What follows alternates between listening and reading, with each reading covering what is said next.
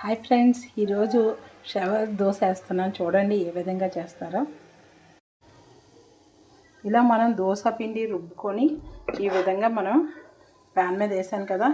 ఇప్పుడు ఈ ప్యాన్ మీద మనం షవా సాస్ తీసుకొని పిల్లలకి ఎంతో టేస్టీ అయిన షవర్ దోశ చూడండి.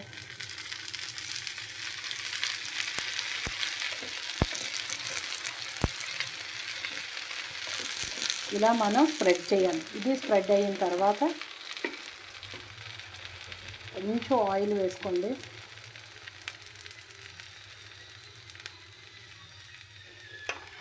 ఈ దోశ మీరు ఒకసారి టేస్ట్ చేసి చూడండి. పిల్లలకి ఇవ్వండి, ఎంతో టేస్టీగా తింటారు. క్రిస్పీగా వస్తుంది.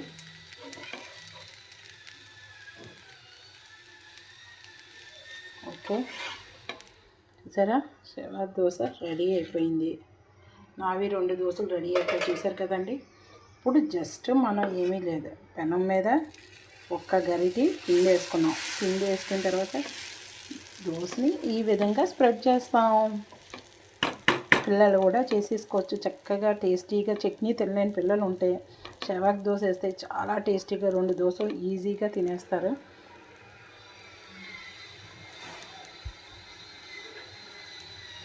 ఇక్కడ మనకి పిండి ఏమీ ఉండకూడదు, చాలా ప్లెయిన్గా రావాలి. వచ్చింది కదండి. ఇప్పుడు మనం హైలో పెట్టాలి పెంకు ఎప్పుడూను.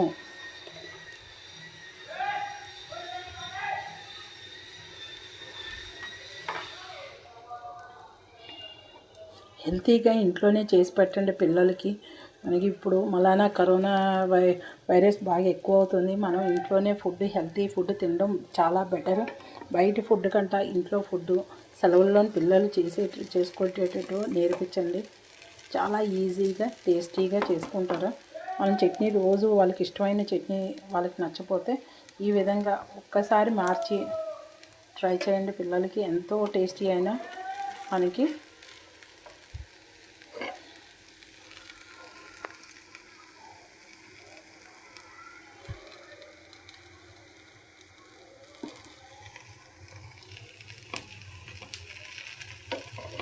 చూసారు కదండి. అయిపోయింది, మనకి టేస్టీ అయిన దోశ రెడీ అయిపోయింది. Okay friends, subscribe my channel Sridevi trendy ideas. Like చేయండి, షేర్ చేయండి, సబ్స్క్రైబ్ చేసుకోండి friends. Please subscribe my channel. Bye.